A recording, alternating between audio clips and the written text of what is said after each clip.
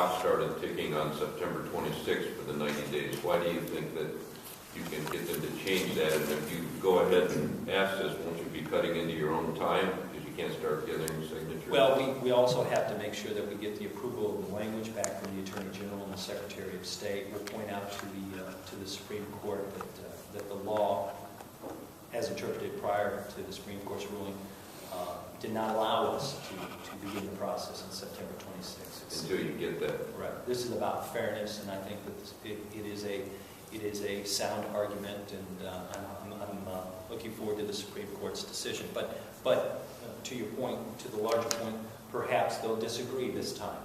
Perhaps they won't show the judicial interference that Judge Batchelder, former Judge Batchelder, spoke of when he roundly criticized the 6-1 Republican-controlled court. Perhaps they'll not agree with me in this particular case. That gives us 2 months to go about the business. And unlike the 194 process and the Senate Bill 5 process, this process allows us to use the election this November as an opportunity to gather signatures, valid signatures, statewide, at one time. You're saying you want the legislature to move the primary date to May or June? I just think that would be wise because the overlapping 90-day, 60-day period includes December 7th. Do you think that the Democrats in the legislature would support an emergency clause to do that? I think that Speaker Budish, Minority Leader Budish, and Minority Leader Cafaro are open and willing to have such discussions, as they've indicated to me already. Over the course of the last several months, this Republican majority has not practiced compromise, has not worked across the aisle. Very rarely have they shown any willingness to draft legislation and negotiate on that legislation with their Democratic counterparts. This is a great opportunity for Speaker Batchelder and President Niehaus to come together with their Democratic colleagues and do the right thing. But there is precedence for primaries being moved back. I mentioned one already. Historically, at least in the short-term history, Ohio's presidential primary has always fallen in May, and the statewide primary has fallen in March. There's no different. Primaries are a result of legislative action in Ohio, and Louisiana has a primary in September. I'm not suggesting that, but that's to the point of the legislature. Are you aware of any state that's put a redistricting on a referendum on the ballot? Not other than Ohio 19, I think maybe you wrote 1915, I think it was, where the Democrats once again prevailed. Correct. But no other state in modern times that you're aware of? I'm not aware of that, but I certainly haven't investigated that. So what happens? What happens on the filing deadline when, if you're going forward with your referendum and there's a congressional map that's malapportioned? It's newly apportioned? No, malapportioned. Because you have to go from 18 to 16 districts, so you couldn't just keep the old line. This is true. It compels the legislature to respond. And as we know, because we're now petitioners in this cause, and because there is a formal referendum process filed and adjudicated on surplus with the Supreme Court, with the Secretary of State and the Attorney General, the legislature would have to work with the petitioners for us to withdraw our referendum.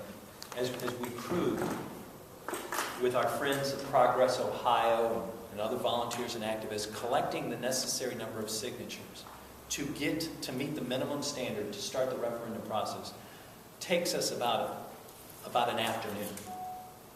So if Speaker Batchelder and President Niehaus would want to go around us yet again and draw another map that doesn't bring about competitiveness and fairness and balance, we will go after that map as well. I doubt that they would do that because it seems so, even for this group in charge, so politically petty and over the top. As the Plain Dealer editorial board editorialized yesterday afternoon, now's the time to come together and compromise and draw fair maps. Hey, as Kevin DeWine and I often say, he has a goal of electing 16 Republican congressmen and women. I have a goal of 16 Democratic congressmen and women. We both know that we're not going to achieve that goal. And in a state that is squarely 50-50 in its political makeup, doesn't it make sense that we work and strive for fair and competitive maps that can bring about the balance that most of us want? Additionally, protect the interests of those in the majority-minority congressional district and survive any federal challenges to the Voting Rights Act and Civil Rights Act. What would be the chances, I saw one suggestion though, that it would end up that there'd be basically an extra 16 at-large congressional seats? You know, it's been mentioned, I've been asked that question, what happens if they don't draw maps? It's a long shot, but there could be a bedsheet ballot. I doubt that could survive a federal challenge.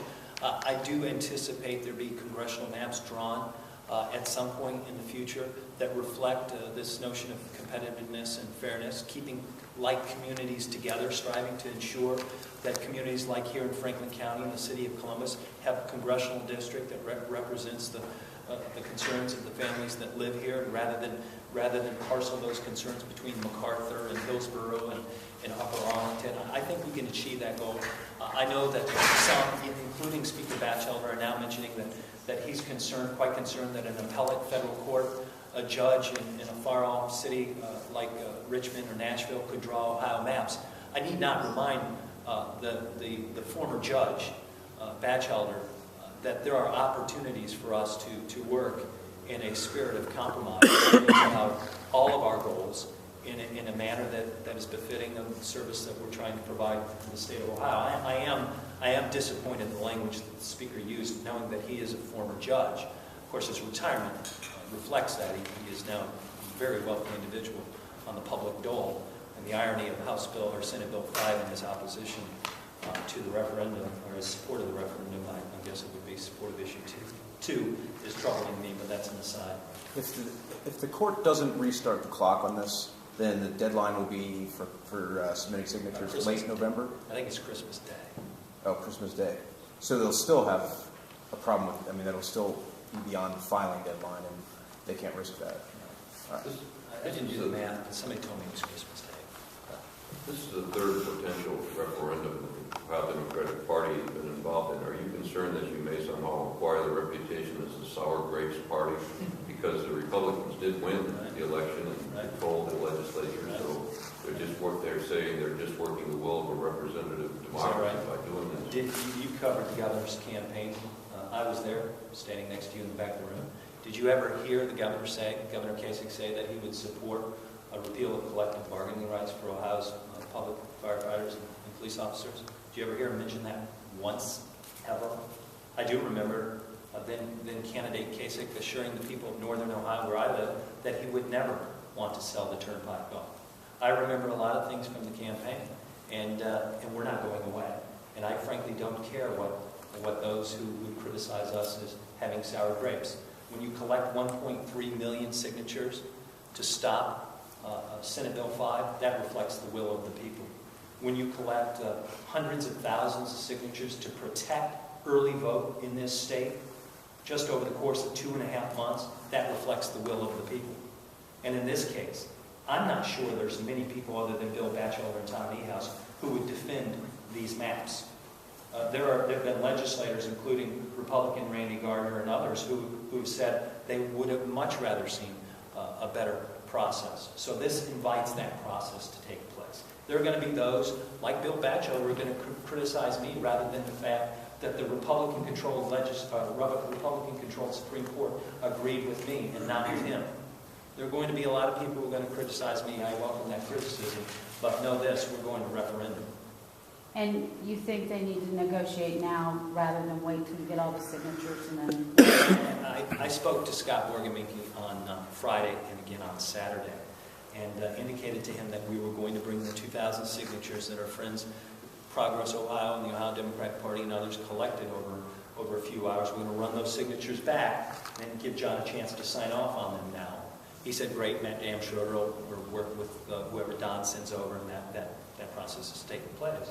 And at the same time, he indicated to me, oh, what do you want? He probably said a little bit more artfully than I just did. And I said, well, I think it's time that we sit down and legislative leaders compromise on a map that reflects who we are as Ohioans and how are we going to represent these families in the next 10 years. He then discussed with me John's idea for a congressional or a constitutional amendment next year. We've heard those discussions. Some people want a constitutional amendment to deal with how congressional districts are drawn. I indicated to Scott, as I indicated to many of you, enforcement of said proposed constitutional amendment must commence with passage and not with the 2020 decennial census. We can't wait another decade under this plan. And if John Husted's plan is good now, then let's implement it now, if that's something that they want to do. Additionally, I indicated to Scott that there will become a time in the near days that we will go forth with a referendum and no ability to compromise will be offered, because then we will have to assert ourselves in the process of collecting the signatures. And if we are going to expend between $500,000 and $1 million on collecting petitions, we are going to commit ourselves to doing so. We will not allow the Republicans to run out the clock on this. It just simply won't happen. So how long do you give them to come to the table? You know, I don't know if Bill's got my cell phone number. I know Tom does. I worked with him for a long time in the legislature. I certainly know Kevin does. And I'm looking forward to hearing of their ideas. I indicated also to Scott that I perhaps maybe not the best messenger on this, that it's the legislative leaders, Capri Cafaro, Armin Budish, Bill Batchelder, and Tom Niehaus, and their able and capable staffs that ought to do the sitting down and talking. They don't need a soft-spoken political leader like me involved. But as the petitioner of the cause, we will have to have a sign-off, as you know, to withdraw the referendum. Chris, could you Practically go, speaking, is it 2 weeks or 3 weeks? I think practically speaking, it's Friday. This coming That Friday. indications be made that we ought to sit down. could you